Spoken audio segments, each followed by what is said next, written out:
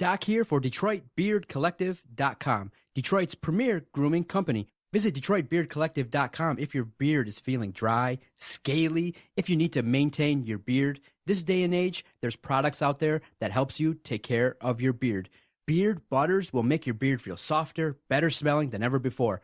The Doc actually rocked a beard earlier this spring and summer, and I actually used the beard butter, and the first time I ever used a product to take care of my face like that, because I heard that Adam was into styling, and I'm like, you know what? Let me take care of myself and actually try this stuff out. So I went to DetroitBeardCollective.com and bought the beard butter. My face actually does feel smoother. I definitely checked out the products at the Detroit Beard Collective. They got great t-shirts, oils, the ultra-popular Beard Crate, which is a wide assortment of a bunch of different Detroit Beard Collective products. So definitely support those who support us, DetroitBeardCollective.com. Hey, everybody, this is Freddie Cohen of ESPN Radio. When I'm not talking about breaking news or breaking news on ESPN Radio, I'm always a fan and listen to the Detroit Sports Podcast, and so should you.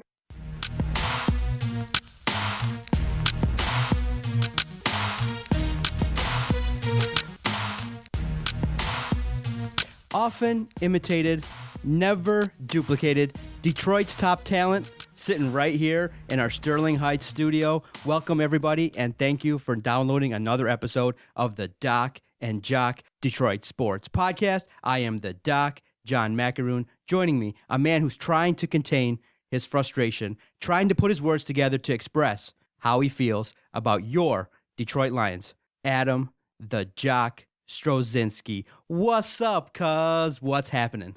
I'm glad we're doing this today, and we're not doing this on Monday, Tuesday, because I would break something. I'm so extremely furious with our Detroit Lions. Why? And I say our Detroit Lions, I don't even want them. I'll sell them to you. I'll give them to you. Take them. Take them from me. I don't care. The worst part is I bought into the hype. I bought into the preseason hype. I brought into the vanilla defenses that they were sitting there stroking. I brought into the quarterbacks that they were sitting there beating up and pounding on. I bought into it. When we started early in the year, when the schedule came out, we sat there and we talked about it. I was like 7-9. There's no way they're going to be like 0-6 before they ever get their first win. Then they sat there, they drafted. I hated their draft. I thought their draft was absolutely atrocious. I hated their draft. I wrote about it. I blogged about it. I came on here and I gave like a 15-minute tirade about how awful their damn draft was. And I was like, yeah, there's no way. They're not doing shit this year. There's no way. They can't do anything. They're not doing anything this year. It's not going to happen. Not going to happen. And then I sat there and I watched all 4 of those garbage preseason games. I sat there, I tuned in. Most of them I watched the entire way through, including Game 4, which nobody was playing. My grandmother in a wheelchair could have scored on those defenses. I bought in. I was like, all right, cool. Let's go back. Let's talk about this. This is good. We got a good team. This is going to be great. I love it. Yay, Lions. Hooray. Yeah, it's going to be great. 10-6. Woo! Lions. They're atrocious, bro. Atrocious. The defense can't stop anybody. Where's Haloti Ngata? Has anybody seen him? If you have, please let him know that there's a game going on. Please. Where's our secondary? They don't exist. You line up in the neutral zone, and you sit there and you prevent your team from getting a turnover. On top of that, that leads to a touchdown. What are you doing? Cornelius Lucas looks like a damn turnstile at Macy's on Black Friday. Everybody's blowing through this guy and lighting up Stafford. Stafford has no chest anymore. It's concaved. And we got to figure it out. We got to keep track, because the injury report comes out today as we record this at 4 o'clock. Practice is going on as we speak, as we're recording this podcast. There's going to be reports as to whether Stafford's out. There's going to be limited. You know that. But, you know, Riley Reif has been terrible. My guy, Laken Tomlinson, who I said was going to be a Pro Bowler. Hold on. I'll get to all these guys. I'll get to all of them. Horrible. Speaking of Matt Stafford, zero progression. Zero progression. If anything, he looks like he's gotten worse underneath Joe Lombardi. Absolutely worse. Offensive line. You were naming a few of the suspects. Riley Reif, Laken Tomlinson, Manny Ramirez, Travis Swanson. All you guys are bums. Bums. And I understand, it takes a little bit of time for your offensive line to gel. You guys look like a disaster out there. Absolutely horrible. Atrocious. There's no tempo in this offense. None whatsoever. Nothing. You guys sit there, you make a decent play. You sit there, you take 25 seconds to get back up to the line of scrimmage and run something else that just dives into the ground. Joique Bell hasn't been seen in I don't know, 6 weeks. If somebody could maybe get him on the field, that'd be great too, because he's totally been trash. Which brings me to our coaches. These idiots. This is bad. These idiots don't know how to make in-game adjustments. You're sitting there and you're stroking San Diego. You're crushing them 21-3. All right, you gave up a touchdown in the second quarter. No big deal. San Diego sits there, turns around, comes back down, and almost scores on you again. If there wasn't an interception with 3 seconds left in the end zone there, they would have sat there and they'd have put 17 up in the first half. So it would have been 21-17. Totally different game that we're now talking about. You come out that second half and you let them put 30 on you. They hang 30 points on you without a response. 30 points! You can't have that. Then the Minnesota game takes place. Adrian, we knew where the ball was going. We talked about it. They were going to force feed Adrian Peterson. I didn't believe he was even good enough or healthy enough to sit there and do what he did. But you knew he was going to get the ball. It didn't matter. You knew where the ball was going, and you still couldn't stop it. You didn't even try. You didn't even try. Well, he ran right through them. Are you saying they didn't try, or you're now noticing that maybe we overvalue the talent, and this team really isn't that talented? When you lose a guy like DeAndre Levy off of that defense, you've given away Suh and Nick Fairley without getting really much in return. We overvalue the talent, and that's why, for me, I'm not as angry and frustrated as you are, because I gave them a record of 8-8. What's disappointing is the way they're playing. They're not living up to really anything at all that's worthwhile watching. They're making a lot of mistakes, and they're playing like a team that's not coached very well, and they're playing like a team that's uninspired. I'm not as mad as you are. Definitely people out there should be mad watching the Lions, but I think if you start looking at some of the reasons why they're playing so bad, you can come up with an explanation. First and foremost, you lost Suh, you lost Levy. Which one of those two, I don't know, is hurting worse? Right now, Levy's still on the team. He's not there. The defense and the secondary looks horrid. Horrid right now. To cap everything off, you're down by 2 scores with over 6 minutes left in the fourth quarter. Most normal teams go into a hurry-up offense, some form of their 2-minute drill. Instead, you have the Detroit Lions taking 4 minutes and 25 seconds. I went back. I watched it. I watched all of it. Again, I almost threw my remote through my TV. I was that upset with this game. 4 minutes and 25 seconds to score. And then you go for 2. And you miss. So now you have to score 2 more times to even tie the game. You are a bunch of buffoons. Jim Caldwell, get your head out of your ass. Joe Lombardi, get your thumb out of yours. Get this figured out. You are now playing a Denver team that looks like they might have something figured out. It kind of looks like Gary Kubiak realized, hey, I can't have Peyton Manning sitting there playing under center, seeing how he's got robo knees and he can hardly move as it is. He's got to be in the shotgun. It's got to be 3-step drops, and he's got to get the ball out quick. I can't have him rolling out of the pocket.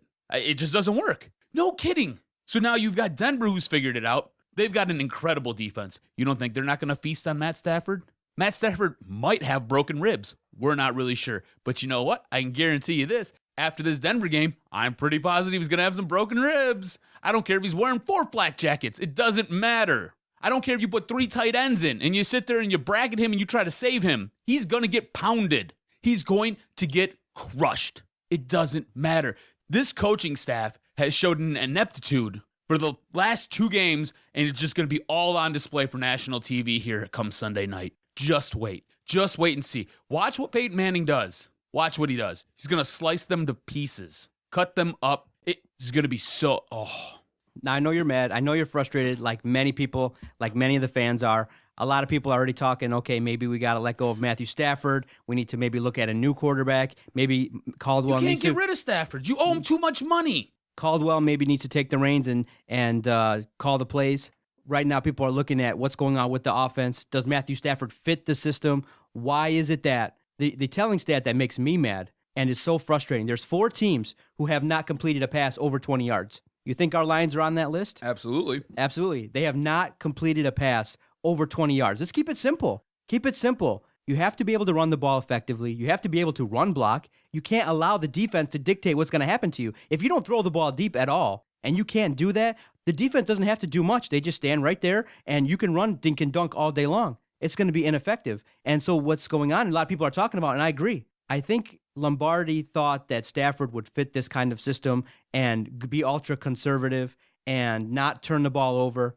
But in the end, what happens is when you watch the offense, it's stale, it's boring, you can't run the ball, it's one-dimensional, it's predictable. That's the reason why you lose a game to Minnesota on the road. Very simple, because you didn't make the key plays, you weren't able to execute effectively on offense, and your defense, their ability to make key plays is not there. And potentially, you could say the lack of talent on the defense is showing.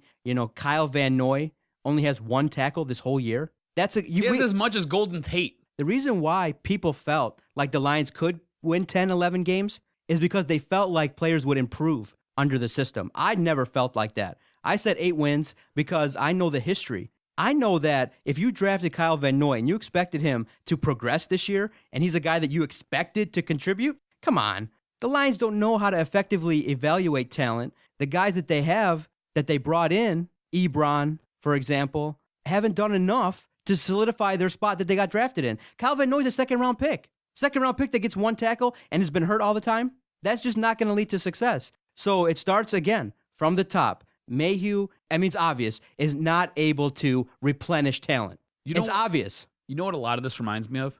Okay, do you remember when Rich Rod took over Michigan? Do you remember how it just kind of seemed like it just didn't fit? It didn't really seem like it worked real good because he had all this pocket passing talent. But his offense, which is why he was brought here, was to basically revamp the entire offense that Michigan was running. Was a spread offense. He needed a mobile quarterback. He needed like 3 and 4 and 5 guys out wide. And Michigan wasn't really set up to do that. But he came in and said, this is what we're doing. This is how we're doing it. I feel like, especially with this offense, I feel like that's a real similar situation because you've got Joe Lombardi and you've got Jim Caldwell who wants to control everything. I feel like they almost micromanage the offense. They've got to sit there and be in total control of everything. We can't turn the ball over. It's got to be ultra conservative. You can't go down the field. Everything we do is an underneath play. Instead, you have Matt Stafford. What's his greatest asset? What is the best thing that he does better than probably 90% of the NFL? Strong arm. Exactly. He can wing the ball down the field. And yeah, sometimes that's dangerous, but when it happens, it happens and it's great, and the whole team feeds off of it. When Calvin went up between 3 Dallas Cowboys and brought the ball down in the end zone, everybody was out of their seats. Mine was blowing. You're like, whoa, Megatron's a beast. Can't believe Matt Stafford threw the ball that far and got it up that high. I want to ask you this, and we talked about it. It just feels like it's a bad fit. I want to ask you this, and we talked about it a little bit on previous podcasts, and that we felt like the team needed to throw the ball to establish the run to loosen the defense. Well, obviously, that hasn't worked. They're throwing the ball 50 times a game, and Stafford's getting killed. So that doesn't work. I feel like Joe Lombardi's just reactionary, too. Whatever he gets bitched about in the papers, he goes out the next week and does a 180 on it. Do you think this team can effectively... Amir Abdullah and Joey Bell only had like 6 touches the entire game against Minnesota. Do you think they can effectively run the ball to start off a game and effectively get 3 to 5 yards behind this line with Riley Reif, with the injuries? Now, potentially, LaAdrian Waddle is coming back. Maybe can spell Lucas because Lucas was horrible. But can they put together a makeshift line, get together, and be able to run the football effectively? Because that will take some pressure off. If Stafford's hurt... They have to do it with pace. This offense has no pace. It has no flow to it. The way they start games, they just come out, they run a play, and sometimes it doesn't even look like the receivers are on the right page. If you watch Brandon Pettigrew and you watch Golden Tate on that very first possession, they both ran to the same spot and the ball fell between them. Then they looked at each other and kind of threw their hands up like, oh, was that my fault or your fault? I just don't think that everybody's on the right page, and that then hinders you from having some type of a pace coming up to the ball. If you sit there, look at what New Orleans Saints did, and this is what this offense is supposed to be predicated on, what they ran in New Orleans. New Orleans sits there, throws a pass, gets up to the line of scrimmage, calls out a play, throws a pass, gets up to the line of scrimmage, calls a play, throws a pass. That's it. You don't need to run it like Chip Kelly where you've got 7 seconds in between plays, but you can't be taking 25 and 30 seconds in between your plays. Get out there, get moving. And Matt Stafford works much better as a quarterback when he has tempo, when he has pace, when he's in a rhythm. He's a rhythm quarterback. It's what he is. If your offensive line is this brutal, I think you can run the ball. To get back to your question, I think you can run the ball. But if your offensive line is this brutal in pass blocking, what do? You drop your quarterback back into the shotgun. You do 3-step drops, and you let him get the ball out. The guy's got an amazing arm. I think Matt Stafford is horribly inaccurate with a lot of things, And I don't think he reads defense as well. And I think that leads to a lot of these problems. But I think having these long, drawn-out wide receiver plays where they've got to sit there and they've got to develop down the field as the pocket's collapsing in on them, one, you're going to get your quarterback killed. Two, you're going to want to set your offensive line on fire. I already do. And three, your receivers aren't going to get any balls. See, I think I disagree. I'm looking at it now, the way the line's set up and how ineffective they've been. Laken Tomlinson gets an F in game 1, doesn't even suit up for game 2, not in the game. I was surprised by that, but he was that bad in game 1. So if that's the case, then this is how it all flows together. The defense has to kind of help out the offense a little bit and not get behind 14-0. The defense has been absolutely atrocious. Yeah, so there's a problem. So now if you can't run the ball, then you have to play to the strengths of the team. Abdullah should be getting at least 8 to 10 targets in the screen game.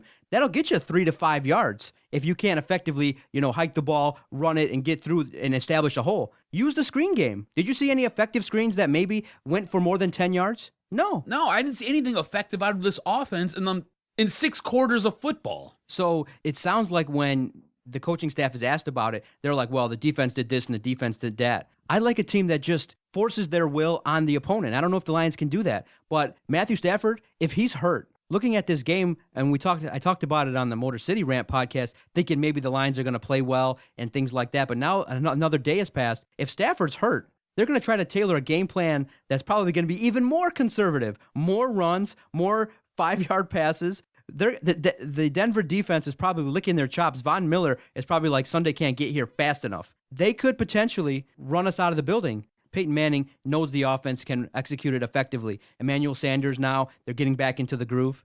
If the Lions get down 14, 21-0 against Denver, they're not coming back. And it's going to be predictable because then you're going to rely on Stafford to throw the ball, 60 times? It's not going to work. It's not going to be effective. So Matthew Stafford's injury is a big problem, and I think it's going to limit them in their game versus Denver, and I'm very worried because I'm not happy with the game plan that they're probably putting together now, and I'm never going to be happy with whatever game plan they're going to do if Orlovsky's in there. If Orlovsky's in there, look out, man. It could be bad. If he's in there. We've already discussed it.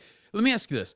All right, so when all these new pieces were brought in for this offensive line, and we were really high in this offensive line, like, all right, cool, they're addressing the offensive line, they're trying to build something better here, this is great. What was the one thing that we said that they do, that all these guys did in their college career or wherever they're at in their pro career? What was the one thing we said that they did solidly? Run block? Exactly. You don't run the ball. You have an offensive line that is built to run the football. And so that we are led to believe, run the damn ball. You sit there and you put your quarterback in a bad spot where he has to take 7-step drops, and you've got to let plays develop down the field, and they just got guys blowing by them. I mean, Matt Stafford took a forearm shiver to the dome in the San Diego game, damn near coughed up a lung because he got hit so hard in the Minnesota game. Now, when I looked at the game, I didn't blame Stafford too much, but then when you start listening to the talk around town, you start talking to the boys, and a point was made that was really fascinating that kind of hit home to me. You remember when Rodgers won the Super Bowl? Yeah. 12-plus players on that Green Bay team were on the IR. Yeah. 12. More than 12. Matt Stafford will never be an elite quarterback. I'm going to come out and say right now, he'll never be the elite. He'll never be the guy that we want. Yeah, and that's what's sad. He's a place setter, right? He's the guy that you bring in who's going to sit there, buy you a year or two so you can coach up your next guy. But here's the problem. He's been the best thing that Detroit's ever had since, Bobby Lane? So he's here forever. He's here. He's ours. And then going nowhere. And they've surrounded him with a lot of talent. But what is being shown in the stats at Pro Football Focus is he needs the play to be run perfectly in order for him to have a high QB rating. If he drops back for a pass and there's any kind of pressure, his QB rating dips to under 50. He can't read defenses. Yeah, fast enough. He can read them, not fast enough, given the time with the offensive line. He can read the defenses, but what he needs is a line that can give him maybe that 1 or 2 extra seconds more than average. The average NFL line is going to give you 3 to 4 seconds. The Lions, they're not giving him that. And so would you say it's Stafford, or would you say fix the offensive line and then Stafford will get better? What do you think? I was pining for them to draft a quarterback this year. I wanted Hundley out of UCLA. And I know he's not your prototypical guy, but I think he's a good developmental guy. I think he's a lot better than Orlovsky. I think you sit there, you get him in the system, and you coach him up a little bit. Remember, we've got Jim Bob Cooter. He's supposed to be a QB guru, right? So is Joe Lombardi. Not seeing any of this, by the way. You sit there, you get him in the system, you work with him a little bit, and I think he pushes Stafford. actually give Stafford a run for his money. And maybe it doesn't happen this year, but I think maybe next year you have a QB battle. And maybe Hundley beats out Stafford then. That's what I wanted. But they don't draft a quarterback late. They don't take chances. They sit there and they bring in retreads like Orlovsky, the guy who ran out of the end zone.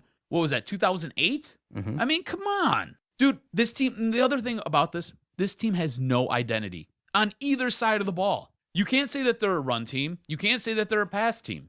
I mean, they die on the vine back when Stafford's getting sacked in the pocket. That's what's going on here. And then defensively, I have no idea what they are. When I rewatched the game, I was looking. I was like, all right, come on, Haloti Ngata, you got to be there. Don't let me down. You got to be there, right? There's all this talk about how he's gonna step in and he's gonna be just as good as Suh. There shouldn't be a drop off. And I'm like, well, it's not really the case because he's got to learn a new technique and it's gonna be different. But I'm not seeing him out there. He's getting engulfed by the play. He's getting blown by. He's not even a part of this defense. And then Marcus Ogden, who came on our podcast last week, former lineman, he looks at film and he can tell the speed of players. He said his former boys. Stephen Tulloch looks a step slow. That's a big deal in the NFL, playing defense. If you lose a step and you're coming off of an injury, it's going to be super tough. Rashean Mathis is a year older. Obviously, he's not playing as well as he did last year. Do you realize their leading tacklers are their cornerbacks and their safeties? That is horrible. That is absolutely atrocious. I know you're mad. I know you're frustrated. We all are. But let's just say DeAndre Levy steps back on the practice field today, and whatever issue that caused him to miss all that time, whether it be the parasite or whether it be the hip injury, whatever the reason, he steps back on the field. You see Levy providing that spark that gets that defense ready. And remember, we're 0-2, but we have yet to play in front of the home fans. National television, playing Denver, a quarterback that is a little bit older, not mobile. If you play better 10% on defense, you have DeAndre Levy back there working his magic. Can one player coming back to your Detroit Lions defense, can he come back and potentially spark that defense enough to get that first win? Because they have to play it like it's a must-win. They go 0-3, their season's done. I think he can do that. I believe if a healthy DeAndre Levy comes back and is in game shape and ready to go, flying around the field, then you have a chance to go out there and do some damage, get one or key turnovers. Remember, we got a pick 6 in the first game versus San Diego. It looks bleak. When you look at it objectively, it looks bleak. But I'm going to, this week, channel my inner fandom, and I'm going to say, listen, it's going to be a national TV audience. I'm hoping and praying DeAndre Levy walks on that field and the energy changes. They take it seriously. They neuter Stafford even more. And potentially you call in defense maybe to get you one game, get you that one pick 6, a couple extra possessions. And Stafford, you never know, an extra couple days of healing, he might do some damage. It's going to take a lot of things, but do you think one player, DeAndre Levy, coming back, can spark the defense to play better? No. Here's the deal. DeAndre Levy, I think, is a game changer, right? I think he is. But we are talking about that defensive line and how we're not seeing anything from them. He needs help. He needs help with that defensive line. I don't think there's enough there with Haloti Ngata, Karan Reed, Tyron Walker. I don't think there's enough there in the defensive tackle position.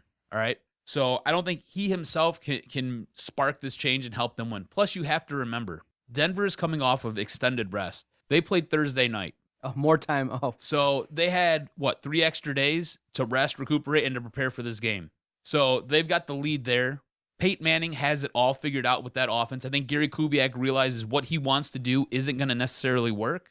You're talking about more neutering for Matt Stafford. That is the one thing I think you can't do. You need to let him go out, and I think you need to let him play. You need to live a little bit dangerous with him because you're seeing what's happening when you're putting the handcuffs on him. Okay, now he can't get the ball down the field, and that's what he does. Let me disagree with you. You're a coach. You're Terrell Austin. You're sitting. You know the talent. He's not going to come out here and tell us, I don't think that Haloti Ngata is a step, he's a step slow. I wouldn't expect him to. So right. So he knows potentially that in the coach's room right now, if we turn the ball over, our defense might not be able to recover from that.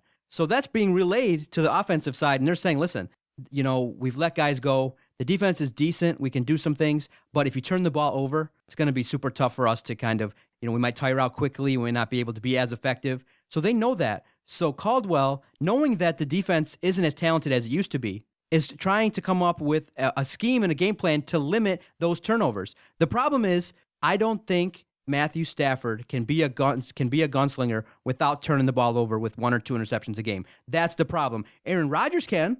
Aaron Rodgers can go out there, fling the ball all over the place, and find the open receivers. Look at, they got a guy off the scrap heap who knows the system, James Jones. He's playing better right now than Golden Tate is. While I understand that, and I agree with you on everything you're saying is very factual. You can't turn the ball over. You can't put your defense in this spot. You have to do this. You have to do that. I understand that. In order to beat Denver, though, You have to score. you have to score. So you're going to have to take your shots downfield. What is the one thing that Calvin Johnson and Golden Tate have done exceptionally well over their career? It's stretched the field. They get down the field better than probably any two dynamic wide receivers in the game. They need to sit there and take those shots down the field. All this underneath stuff, that's great.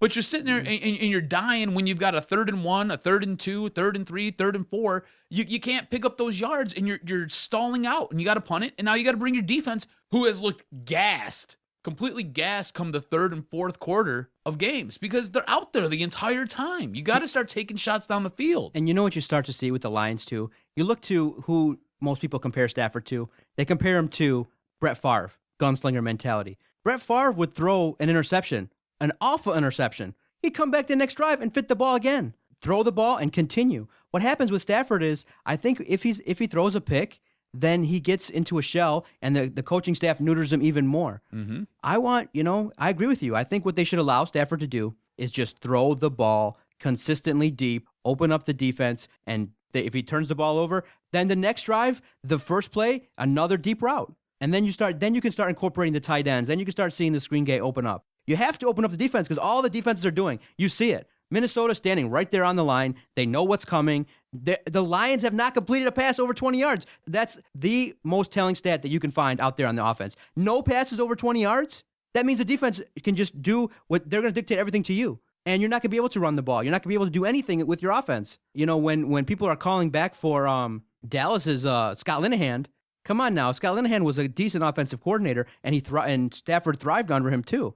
You would think that Lombardi would come in here and play to his strengths, and I don't like the fact that right now I think they're force-feeding Stafford the system, and it's not working out these first 2 games. But I do have a little bit of hope that we're going to play better versus Denver. I'm not fully ready to say yet that the season's dead. A lot of people are saying it, but if you go 0-3, the season's dead. You know, only 10% of teams that start 0-2 make the playoffs, and right now, you know, there's some good teams out there that started 0-2, like Seattle, Philly. I'm glad you go here. I want to play a game with you. Go ahead. Because I believe the season's over. I believe it's done. I don't think they have a shot to make the playoffs. I think at this point they're playing for some respect at this point. It's not going to happen for them this year. All right. So I want to know if you think the team I mentioned is better or are the Lions better? And maybe we can have a discussion if it comes to that point, but probably not, because we'll probably be in agreement on all, 8 of these teams, 7 of these teams. Baltimore Ravens, 0-2. Are the Lions better than the Baltimore Ravens? No.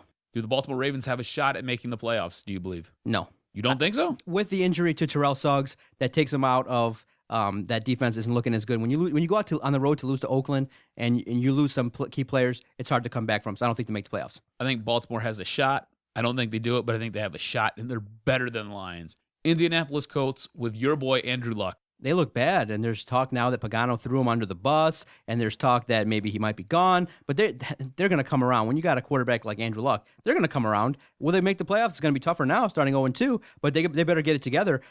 Most people picked this team to be a Super Bowl team, and the way they played Monday night versus the Jets, they look like the Lions. It was like post-traumatic stress, re-traumatized. I turn in Monday night, and I'm like, damn, it's like another Lions game. Frank Gore, he's on my fantasy team, so that's why I paid attention. And Andrew Luck. Frank Gore gets popped, fumbles the ball, 5 turnovers for the Colts. I'm like, damn, the Jets came out there and pimp slapped the Colts on Monday Night Football. Yes or no? Indianapolis has better. More talent than way Detroit. Way more. New Orleans Saints, they're 0-2. Yeah, I think right now that run might be over. I would say if there's a team, I could say the Lions could be better than them. Okay. And you know what? I won't fight you on that one at all, even though I do like Drew Brees. Chicago Bears, 0-2. They might improve. I think that's one of the situations where half the country was tweeting like, "Oh, finally, the Bears have now improved their offense by losing Cutler, by losing Jay Cutts." We'll see what happens, but I still think we could win too. I think the Lions are better than Chicago as well. The Houston Texans. I watched, Hard Knocks. I've kind of peeked in the roster because Brian Hoyer's a Sparty. You go to Mallet too soon. He looks ineffective. That team, again, you got Arian Foster who can't stay on the field. I don't like them at all. He's supposed to be coming back, though. I don't like the way they play. Does Houston have more talent than Detroit, though? That's very close, very competitive. Hopkins is great. I like the way he plays. He's a scrappy guy. Our quarterback's better. Even the way potentially banged up, he's better than Mallett and Hoyer. So and that's I think the Lions, one spot where I think they're better defensively. Houston is heads and tails. Heads and tails. All right, New York Giants. They're 0-2. I like the Lions. Do the Giants make the playoffs though? No. You don't think so? No, I think playing in the what is it, the NFC East? I like where you've got Washington, disaster. You've got the Philadelphia Eagles, who we haven't touched on, who are also 0-2, disaster. I just don't think the Giants themselves, and I don't think they're a smart football team. I just think that if you know in key situations you don't make the right plays, I think they'll be in a lot of games close, but it looks like a team that when the fourth quarter comes around will make that key mistake or turnover or dumb penalty. Or not run the ball. Into the end zone. It's good. So, yeah, that's a team that's going to not make the playoffs either. I think the Giants have more talent than the Lions do. I think they're better coached. Because of the division that they play in, I think they have a shot to make the playoffs. Same thing with the Philadelphia Eagles. I have no idea what's going on with Philadelphia. I was really high on them. I thought they were going to be a solid team going into this year. It's been a complete dumpster fire over there. All right, I mean, you've got DeMarco Murray, who's a great downhill runner. You're sitting there trying to run him out of a shotgun formation, and you need him to go east and west instead of north and south. It doesn't make sense. Sam Bradford, I have no idea what's going on there. But because of the division they play in and because of the talent that they have on the field, I think they're better than the Lions. I think they have a better shot to make the playoffs than the Lions do. You know, as you're talking, if they had NFL team swap, I feel like Caldwell would be better suited coaching Philadelphia right now, and Chip Kelly would be better suited coaching the Lions. I agree. He would have this offense purring like a kitten. I agree 100%. He would have that offense looking good. Yeah. And Caldwell could stabilize Bradford. He's the traditional drop. I mean, that's literally what should happen. Yep. Chip Kelly would be perfect here for the Lions. You would have Amir Abdullah as your shifty back. If you need to run it between the tackles, you got Joik Bell. You got your two main guys who are out wide with Tate and Johnson. Yes, I 100% agree. Do we want Chip Kelly here? I don't know, but I don't want Jim Caldwell here. I'll take Chip Kelly. This brings me to my point, though, right? The Lions are kind of in the middle here. I mean, we know they're better than the Bears, or at least we believe that. We think that they're better than the Texans. We think that they're better than the Saints. And then there's everybody else. Yeah. Do you know what I'm saying? So it's just it pretty quickly. Everyone's realizing that this season could turn over a disaster. I know. I mean, I know people are talking like, oh, they're going to peel off 7 wins when they have all these home games. No, it doesn't work that way. The injuries start to mount. Your team's not as good later in the season. Stafford's now one hit away from being done. Exactly. It's a bad start. It's over, man. I've never seen it evaporate that quickly. And I'm like you. I hope, and I have the hope, and I always want them to do well, and I'm always praying. And I've never been this discouraged this quickly with a team. And then Caldwell comes out and now is starting to turn into the PC police and not giving any answers in the press conferences. Oh my dude, they're worse than before. His press conferences are horrible. Bad. I don't have to tell you that. Coach's decision. And then he's getting coach's decision. He's getting crappy with the media. Coach's decision, my ass. Make the right decision. Right. These guys have to do their job. Help them do their job. Just answer the damn question. Coach's decision. Do I got to tell you that? Jeez. You're a dick. Yeah, dude. I was listening to that. I was at the gym and I was on the I was running on the treadmill trying not to have a heart attack. And I was listening to the presser. And I was like, why? I listen because I'm an idiot. Because I'm like, dude, I've got a problem. Yeah, we both do. You know what I'm saying? Listen, who listens? Like, I should be listening to like rock music or something to pump me up so I can run harder. No, I'm listening to the Caldwell presser, trying not to fall asleep or have a stroke. It's what's happening. Coach's decision. Right, exactly. And I'm like running and like under my breath, out loud, I'm muttering. I'm like, God, you're a dick. Like, you're an ass. Like, just answer the question, bro. Oh, it's horrible. All right, let's take a break. Let's give everybody on Periscope a break. Thank you for tuning in. We're going to take a break on the podcast. We'll come back and try to rehash and figure out what we can do. Have a little hope with these Detroit Lions. Doc and Jock, episode 111, DetroitSportsPodcast.com. Doc and Jock here for Fanatic U. If you're looking for some sweet sports swag and you love your Detroit teams, and I mean you really love your Detroit teams, you got to check out FanaticU.com. Check out FanaticU.com. Use promo code DSP. Save 15% even off the clearance items and get the coolest gear out there and rock your Red Wings shirt, rock your Lions shirt, rock your Old English D to the Tiger games, rock your Piston apparel, wear it till the wheels fall off. Michigan State, you know what? They got it too. Check out Fanatic U. They have 6 locations all over Metro Detroit. Check them out, FanaticU.com.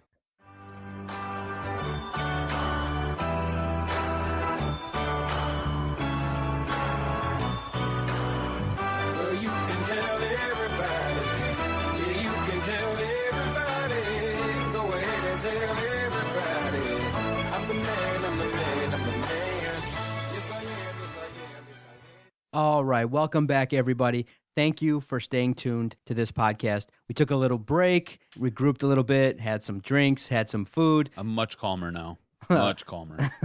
So we can objectively talk a little bit more about the Lions before we do a round of Jock Jams and look at some NFL news and notes, as well as some news made by the Tigers. Our herpes, our weeds, they still make news, even though most of us have tuned out. We aren't watching the games too much. Did you say our herpes? I said I wanted to call them our weeds, like the team that just kind of like is a weed out there. And you said no, they're more like herpes. They are like herpes, dude. So we'll combine them. They bubble up on you and make you itch and scratch and annoy you. Bruce Rondon made some news. Put a cream on yourself. We'll get to that and talk about our reactions to Bruce Rondon just in a little bit. All right, so we've gotten our anger out. We've said what we thought regarding what the hell happened with our Detroit Lions. Mm-hmm. It's going to be a new game. The Pope of Hope is sitting here with the possibility thinking. My thinking is that we can potentially win this game on Sunday. The reason why I say that is when everyone counts them out, when everyone's ripping the Lions, how can they play much worse? How can things get better with this team? They somehow collectively as a unit come out and play strong games. There have been several examples of games where we all thought they were going to get blown out and they were going to play terribly, and they've come out and played well. I do like the fact that this game's on national television, primetime audience, everyone's going to be watching.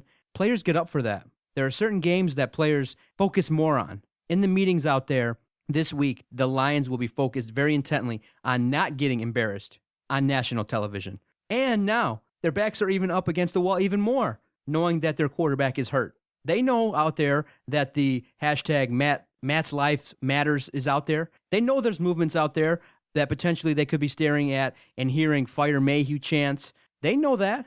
They know the chirp. They know everything that's going on around them. They don't want to embarrass themselves. They want to play well on national television.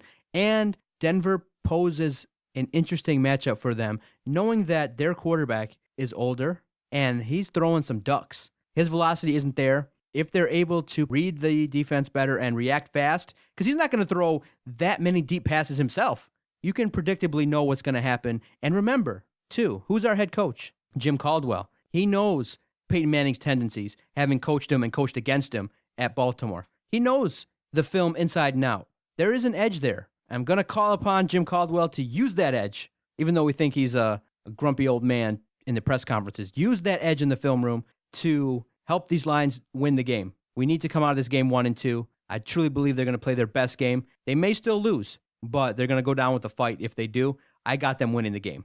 Book it here. I got them winning and playing a great game Sunday. The Pope of Hope. That's right. The Pope of Hope was taking a few tokes, if you know what I mean. You're a dick. This is what's going to happen, dude. Peyton's going to come out. He's going to be all fired up. He's going to sit there. He's going to throw for 3, maybe 4 touchdowns. You got Emmanuel Sanders on your team, don't you? I do. Yeah. Play him.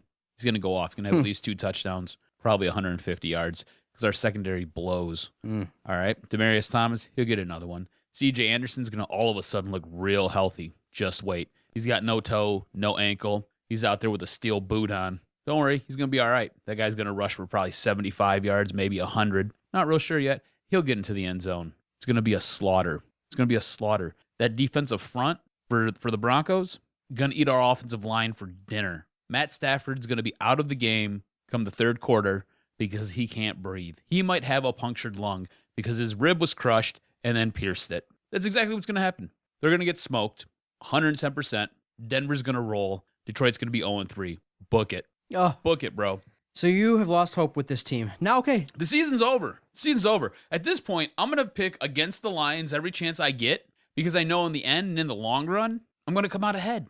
I'll win more than I'll lose. My original thoughts on this team are coming true. Note to self, always trust your gut. Never buy into the hope. Never buy into the fakeness. Never buy into the BS that is the preseason. Man, Jock Jams, I think I might have to add 1 or 2 bonus questions. Go ahead. Okay, Mike. Add them all. That's why I love doing this podcast, and I'm glad the way I set up the rundown has helped us, because if we were doing it the way you wanted to, we've been all jacked up. The rundown I had set up, I was all over the place. I was so furious trying to put this together. I'm proud of you because you came up with a great initial rundown, and then we talked about it. We pared it down to a perfect rundown. And the reason why I love doing it this way in a recording process is we can stop, take a break, and have a nice flow together. And then now, as things evolve, we got Justin Rose potentially going to dial us up in a few minutes and talk about the Lions. You and I are definitely hardcore football fans. Justin Rose, host of the Channel 7 Sports Cave, knows about football and breaks it down, and I look forward to chatting with him. And he loves Sidney Crosby. We'll definitely talk about that too. Stay with us for a couple seconds. We'll dial up Justin Rose, and he'll be back with us on the line.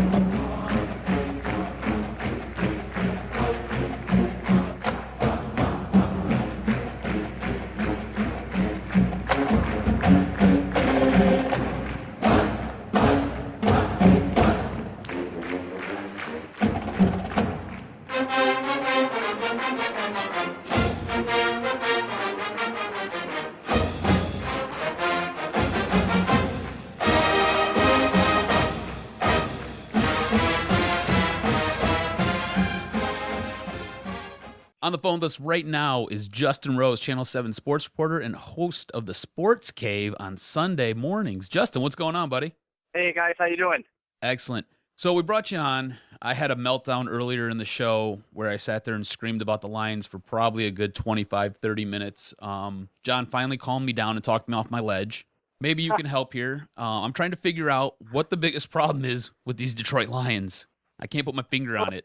I can. It's offensive line play. I'm talking any team, anywhere, any level. If you can't block your scheme, you cannot move the football consistently. Look at what's going on in Indianapolis. I mean, Andrew Luck is like one of the best quarterbacks of our generation, and he is not moving the ball efficiently. Why? Because he doesn't have any blocking. They did a thing on Monday Night Football where they showed how many different offensive linemen he's gone through. I think he's gone through 6 centers, 5 left guards, and like 3 right guards. The only guy that's been there is the rookie left tackle they have. So you're talking about another offense that's supposed to be quote-unquote good that can't move the football. Why can't they move the football? Well, it's not their quarterback play. Same thing with the Lions. I'm not going to put this on Matthew Stafford. Their receivers drop some passes because they're just not quite where they need to be because the accuracy is just off because there's no blocking. That's where the problem is. So because I sat there, that was one of the things that I had thrown out there as being one of the many issues that are kind of hindering this team. Do you think that as Joe Lombardi goes through in game plans, you now know that you don't have a good offensive line? Maybe you need to change your philosophy a little bit. Maybe do some plays out of the shotgun. Maybe do some 3-step drops. Somehow to get that ball out faster, because I don't know if Matt Stafford has 2 more games like this in him. He might die. They might have to go get the stretcher and pull his dead body off the field. Yeah, no, I mean, you're not wrong in saying that the game plan is going to have to change. It's something that I've been thinking about over the past couple of weeks. It's just another situation that I've been close to in Pittsburgh when I was down there and Todd Haley took over. And nobody in the world is going to sit here and tell me that Ben Roethlisberger is a dink and dunk quarterback. Am I correct in that assessment? Yeah, you're right. Now, how well is the Pittsburgh offense doing in its 3rd year? Pretty solid. I mean, you had Antonio Brown. Would you like to have that offense yards with the weapons and they don't even have the weapons that the Lions have? No, exactly. So here's the thing. When you're transferring a traditional pocket passer with a big arm, Matthew Stafford, a.k.a. Ben Roethlisberger, you know what? You're asking him to do some different things, the things that he's never done before. Not in any offense has he had this type of philosophy of getting the ball out quickly and things like that. And I think that maybe, I haven't studied enough game film to look at this and understand if the play calls are there and Stafford's just holding on to the ball too long, if the separation of the receivers isn't really there. I think that's part of it too. But again, when defenses know that you're not going to run the football, they can pretty much rush 4, maybe throw in 1 blitzer, and then drop everybody else into coverage. So then you're covering 6 on 5, and you're rushing 5 on 5, and then the offensive line is so bad that they're actually getting through. That really screws with anything you're trying to accomplish. So I don't know if Matthew Stafford, I'm not going to put this on Matthew Stafford at all, but the transition, think about that. All right, go do a radio show in Spanish. Yeah, good luck. Okay. All right, you got a year. You think you're going to be okay in your first year doing a Spanish talk radio show? Nope, not at all. Okay. What about your second year? You could probably be still pretty inefficient in it, but you'd probably be a little bit better if you spent a whole year doing it. Okay. In your third year, you might be at least conjugating verbs correctly and using full sentences. And the whole again, sentence structure in Spanish is it's all part weird. of the process and the growth and the time it takes for, everyone wants to believe that a new offense comes in and it's like the first day of school. These guys go in there and they absorb every single piece of information. They know exactly where they need to be on every single play and what they have to do. It's not that easy. And fans, I think, sometimes get so caught up with, these guys are professionals.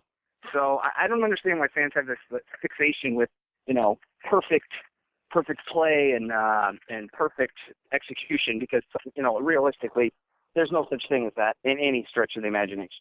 Well, ¿cómo estás, Justin? Me llamo Doc. And And that's as far as he can go. That's it right there. now, we were talking a little bit back and forth before we had you on about the loss of DeAndre Levy and his injury, and also to the loss of Suh, as you can see how it impacts the defensive line as the Lions have been kind of shredded the last two games. Just in your mind, which loss do you think is more impactful right now? Is it the loss of DeAndre Levy or Suh not being on that defensive line? Well, Levy's listed as a starter, according to today's depth chart. So we may be seeing him on Sunday, which is big news, obviously, if he can return, because I think he's the bigger loss. I've just moved on. Again, the Lions aren't sitting there. Anybody in the Lions organization is going, man, guys, hey, guys, how good would we be right now if Ndamukong Suh was still on our team? We really missed the boat on that one, don't you think? Are you kidding me? If they're doing that, then sell the franchise, You don't look back, and when you're trying to win football games in the NFL, you look forward. The guy the guy that you were going to game plan around is DeAndre Levy. He's been out for 2 weeks, so he was by far the biggest loss that this team had to deal with. Because again, all summer long, they knew Suh was gone. He's gone, and you're game planning. Okay, we're going to do all these different things for DeAndre Levy to get open, to blitz, to put pressure on the quarterbacks and cover fallback, and here's all these different things that we're doing with our starting most talented linebacker. And now he's not doing them. Justin, do you think that the Lions on offense and on defense have the pieces to kind of overcome this 0-2 start? I think, what was the stat that was released? Only 12% of teams have made it to the playoffs after starting 0-2 since they've reworked the playoff structure in, 1990? So do you think they have the pieces to sit there and at least make a push for the playoffs? Because I believe that the entire season's over. You can't mail it in, but at this point, you're fighting for your own personal respect. I think you're a little bit too quick to make that assumption, in all honesty. Okay. I respectfully believe that that's a little bit too premature. Okay. Because guess what? The Seahawks are 0-2. Mm-hmm. The Colts are 0-2. And that's two teams that made it to the Final Four last year. Right, and you're going to count them out? I'm not counting them out. I'm counting the Lions out. I think those two teams have much more talent than the Detroit Lions do, and I think those two teams are in a much better spot than the Detroit Lions. Offensively, you think that the Seattle Seahawks are more offensively gifted than the Lions are? Not offensively, but I think defensively they are, and I think they have the experience to go a long way with that. I just think that, and we have this conversation, sports fans do every single year, basically, is like, when is it time to give up on a team? When is it time to say, okay, they're done? You know what? And in football, you got to look at the big picture. I mean, yeah, the Lions aren't playing good football right now. No one's going to sit here and try to blow that smoke up. You know what? Mm-hmm. But at the same time, you got to remember the division they're playing in. They're playing against a beat up Green Bay team who might have lost Eddie Lacy for a significant period of time. You've got the Bears, whose quarterback is out for the 3-4 weeks or 2-3 weeks with that sprained hamstring. He may never come back and be a serviceable quarterback again this season. There's nobody in the division that scares me to the point where I'm like, oh boy, Lions are out of it. Because look at what happened last year in the South. Carolina and the Saints were fighting for a playoff bid. One of them had a losing record. So it's a little too early for me after 2 games to say that this team is done. But I think that they need to get better. And I think they need to start winning, or else this becomes a moot point. Justin Rose, kind enough to give us a few minutes on the Doc and Jock Detroit Sports Podcast, host of the Channel 7 Sports Cave, Sunday mornings, 11, a little bit early for me, but I get up and watch it as much as possible. Now, we're all looking forward to national television, Sunday night, 8:30, Detroit versus Denver. Your early thoughts, and you think this team can turn it around after a shaky start? Well, I think anybody playing at home is going to have a better chance of winning than on the road. You look across the football league as a whole, and playing at home has a significant, boost. Home opener, place will be nuts. I really think the Lions will get the win. I know that's not popular belief right now with how they've played. But again, these guys don't look at each game like we do. Each game to them isn't life and death. Not every game is, they should be. I mean, they don't want to lose any, obviously. But at the same time, they're not looking at this like, well, if we don't win today or this week, we might as well just quit. They're not looking at it like that at all. I think they got to contain Peyton Manning, obviously. They can't let anybody get behind their defensive backfield. And they certainly need to shut down that running game, because it's like them. If they can't get their run game going, they're going to be in a world of hurt. But if they shut down Denver, they're going to make Peyton throw. And his arm has not looked as strong, very noodle-like, a little El Dente throwing arm. So they're going to have to put pressure on him, get him on the ground, and just don't let him sit there and pick you apart, because the Lions' defensive backfield isn't made for that. They don't have like a press corner that's like decides maybe big play, Slay. But other than that, he's the only guy that can really maybe slow anybody down. All right, Justin, we'll get you out of here on this. Does Matt Stafford make it through this entire game, or do they have to come scrape him up off the field? I think he makes it through the game. I think that the adjustments that teams make week in and week out, I mean, look, the offensive line is not going to sit there in the locker room, and usually there's a least talked about group. And when your offensive line is the least interviewed and the least spoken to group, that's a good sign. In most weeks, being in a clubhouse and being in a locker room, the offensive linemen kind of keep to themselves, and if they can stay out of the limelight, most of those guys, they like that. Not many of those guys like to be on TV or be questioned or interviewed. But guess what? They ain't avoiding it this week. They can't. Every single one of them goes, we got to pick it up. We got to be better than that. We got to make sure that we stay out of the limelight, because if we're in the limelight, we're losing. We're not doing what we need to do. They're like, oh, we got to give Calvin Johnson the ball more. Well, we got to protect our quarterback better. And they'll put some things in there to make sure that happens this week. Justin Rose, kind enough to give us a few minutes breaking down our Detroit Lions. Arguably Detroit's best golfer in the media. Look at you, shooting in the high 70s and 80s. I don't know about that. We'd have to see. Okay. There's some other really talented guys out there that can hit the ball a little bit further than me. Okay. Before we get you out of here, are you plus minus in terms of some money you've won on the golf course this year? Oh, plus. Always plus. Always plus. I never make a bet that I'm not going to win. You know it. He's so cocky. I like it. Thank you, Justin, for your time. Well, how far can you drive the ball before I let you go? Average, like 280, 290. That's solid. You're a solid golfer. Buddy. But then I can sometimes pop one when I get a really good. Usually when I bogey a hole, I'll come on the tee box next time and just rip it. And it usually slices, but hey, it goes really far. Right. That's all that matters, right? Chicks dig the long right? ball. That's what I've been told. Chicks dig the long ball. Drive for show, putt for dough. That's right. All right, buddy. Thanks for having me. Yeah, no we problem. appreciate you. All right, have a good one. Take it easy. You can follow him on Twitter at JRoseWXYZ. Always a good dude. Gives us a few minutes. Hey, like myself, the Pope of Hope. Yeah, he thinks he's going to win. Mm-hmm. What do you think about that? I think he's a little bit off, but we'll see what happens. I mean, we'll know Sunday night at like 11:30. We'll know either you two are on or I'm on, and then we can sit there and we can break it all down next Thursday. I think you're both off. All right, stay with us. We'll take one last break, and we'll come back and finish the podcast with a round of Jock Jams. Doc and Jock, episode 111, DetroitSportsPodcast.com. I want to tell everyone out there about DetroitSportsNation.com. They're a great website, and they've been very supportive to all the shows on the Detroit Sports Podcast Network. They host all the podcasts. They have great writers that cover all the Detroit teams, all the college teams.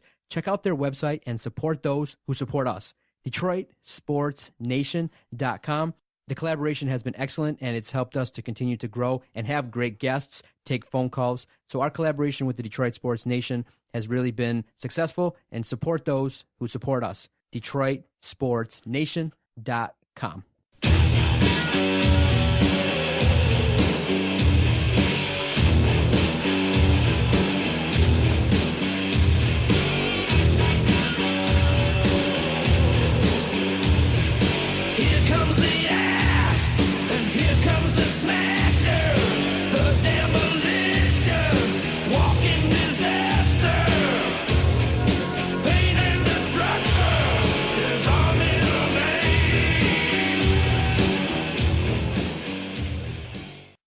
to Doc and Jock. Thank you again. Thanks for everybody who's been downloading this podcast and showing us lots of love. Thank you for all the love on the Twitter, at Detroit Podcast, at Adam R. Stroz, S-T-R-O-Z. We love bantering back and forth with our followers. It's a great sports community that we've developed, and we want to keep it going. Through all 16-line games till the end of the Tigers season, now the Pistons and Wings are starting up. It's looking all good, and we love bantering back and forth. So feel free, message us anytime at Detroit Podcast, and to support our project, visit DetroitSportsPodcast.com. All right, we're about to end the podcast with the Jock bringing great, strong Detroit sports takes and bringing his opinions regarding other issues in what we call Jock Jams.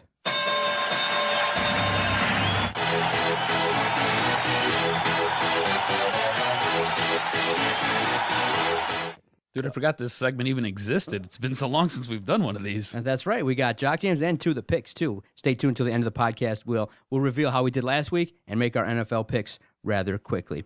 All right. News made with the Tigers. We all thought that, hey, let's just ignore them, but they're still playing, I guess. I know that they're not going to have a winning season. They're not going to win the AL Central. But news was made in that Brad Ausmus finally muscled up, flexed his muscles, and was like, Bruce Rondon, you're not showing enough effort. Get to stepping.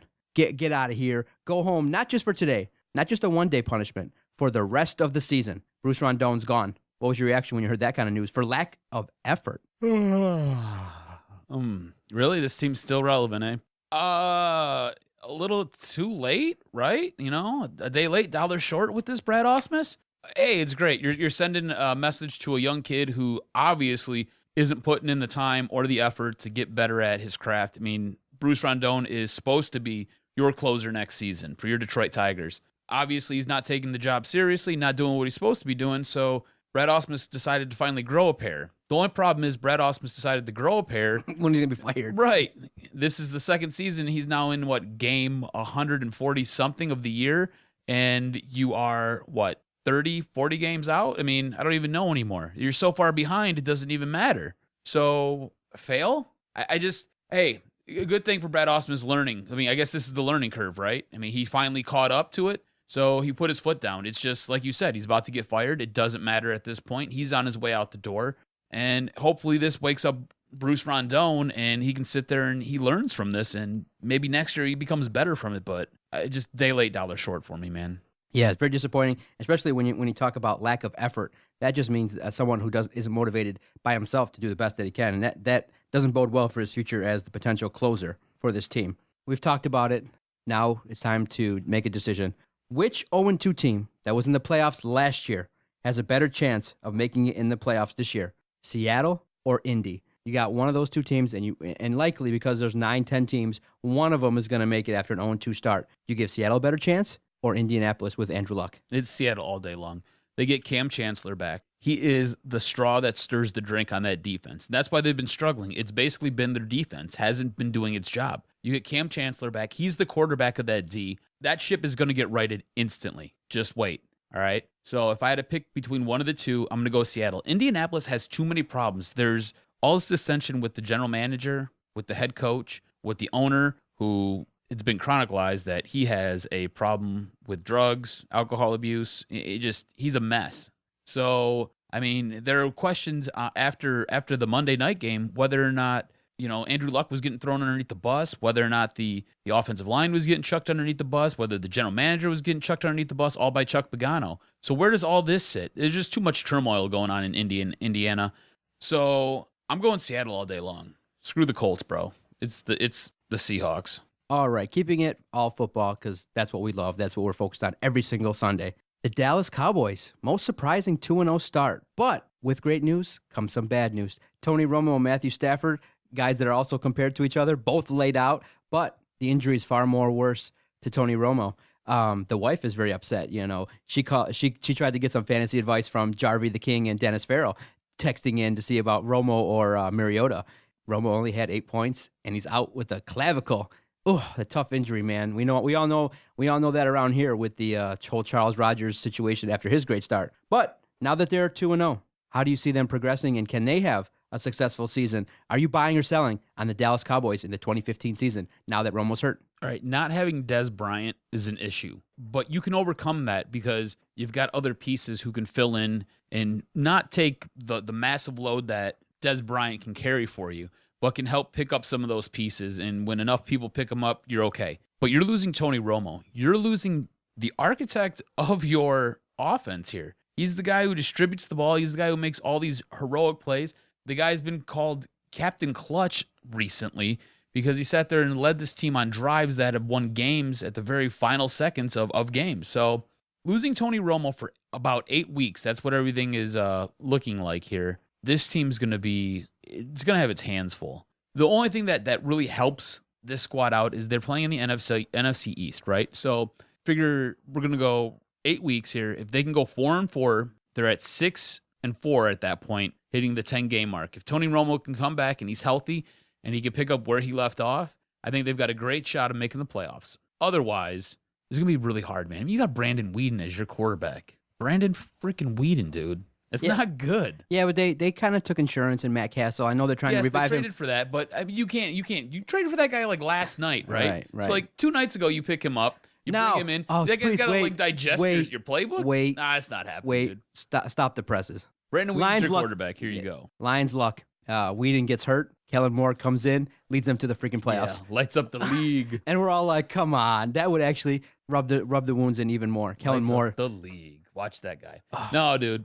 It's not a good spot for Dallas, but I think they have enough pieces to where they can survive it. They have a solid defense. They have a solid offensive line. I think they'll be okay. Brandon Weeden came in and basically played perfect for what was like a quarter and a half. So I think they'll be okay. Their goal is to sit there and just try to be 500 during those 8 games.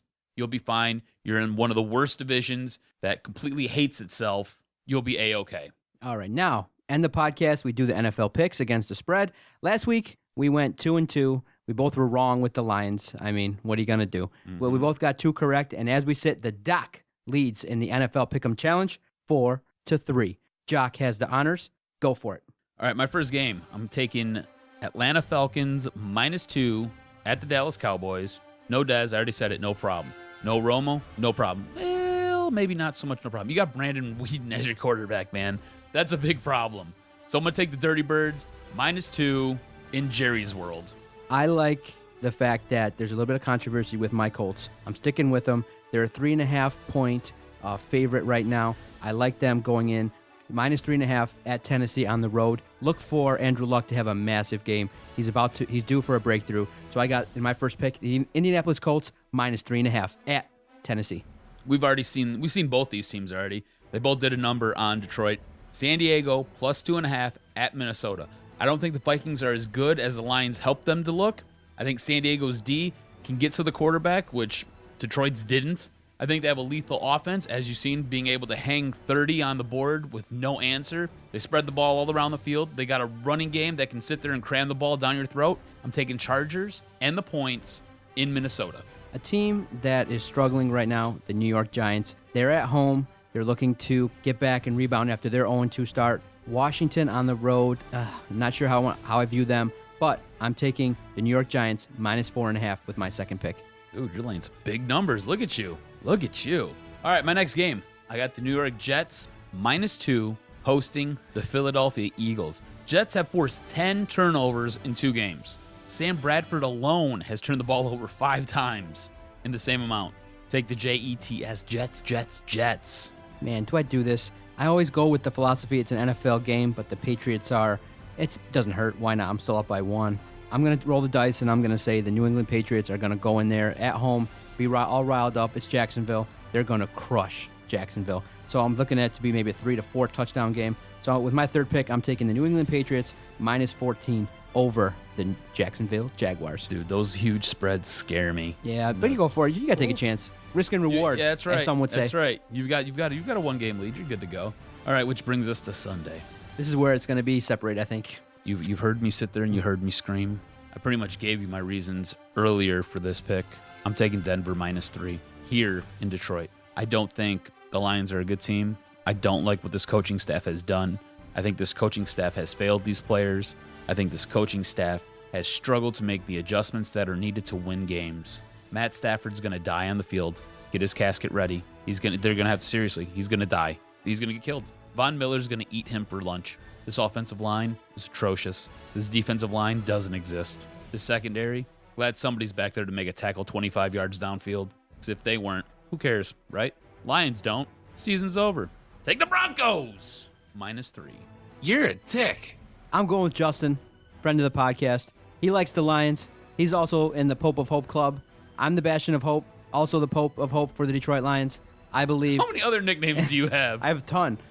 Doc, Paco, Dickhead, Master Podcaster, Detroit's Top Talent, whatever you want. I'll every week we can come up with a new nickname. New. I like the Lions. I feel like they're going to play well. I feel like that in a situation like this, they're going to rally around Stafford. They're going to try to keep him upright. The Granite Diamond. That's what they're calling him. The Granite Diamond. Now, this is just my fanboy. Your boy, Matt Stafford. I'm not being objective. Abdullah's going to have a 60-yard plus run. Whoa. Yeah, calling it now. Oh, you know what? If he does have a 60-yard plus run, I'll give you a bonus point. And there I you don't go. care. 60-plus yard touchdown run. And if you want to give it to me for a 60-yard run even, that'd be something shocking too. But I do believe Amir Abdullah is going to have a coming-out party. He's going to showcase why that he was a second-round pick and why we gave him all that hype, like talking about Barry Sanders. They have to give him the ball, though. Yes. With that said, Jock Bell will get the 60-yard run or whatever's going to happen. I do believe it's going to be a competitive game, and it's going to be a game to watch. Please, Detroit Lions, I'm taking you as my third pick. I need that extra 2 points I can pull away or make up for my horrible picks in the earlier rounds. But please, play well. Don't embarrass yourself on national television. You already got national hosts calling out your team, saying that you don't respect Matthew Stafford based on how the situation handled after Stafford got pushed out of bounds by Barr of Minnesota. Show up there and punch that team in the mouth. I think Denver's right there for the taking. If you can go out there early, man up, punch that team in the mouth, maybe you take out Peyton Manning or get some interceptions, then you can handle your business. Doc takes the Detroit Lions 35, Denver 27, baby, all day. And you know this, man. Think you're smoking something, man. Great podcast, cuz that was good. Great Wednesday afternoon recording this. Beautiful weather outside. Getting a chance to vent a little bit about our Detroit Lions, get it out of our system. But it's time to talk about a victory, and I know this. Yeah, thanks for being my therapy session, because I've been carrying that around for a couple days. And feel better? You feel cleansed? Yeah, it was starting to eat away at me, man. I felt like an ulcer was brewing, so I feel much better. So thanks. Appreciate that. So everyone out there, thanks for the support. Thanks for checking out all the podcasts on the Detroit Sports Podcast Network. Definitely often imitated. I see a lot of podcasts popping up. I'm very happy. A lot. And hey, there's also a podcast now joining the Detroit Sports Nation rotation. Oh, yeah? Yep. Theo Gridiron Spite has the Forward Down the Field podcast right next to ours now in the rotation with the Detroit Sports Nation. Thank them. I definitely like Theo Gridiron Spite, but he might be the, the all-time positive leader with the Lions. So check out that podcast too. Check out the Detroit Sports Nation website. They support us. They definitely showcase, talent out there. And I love the fact that they've allowed us to put our podcast on their website. So thank you very much to them. Visit our website, DetroitSportsPodcast.com. Thank you for supporting all the shows on the network. Take it easy. We'll see you guys next week for podcast number 112. See y'all. Go Blue. Go do a radio show in Spanish. Well, ¿cómo estás, Justin? Me llamo Doc. And all I can say is Detroit Sports Podcast scores. I hear voices in my head. They counsel me. They understand. They talk to me.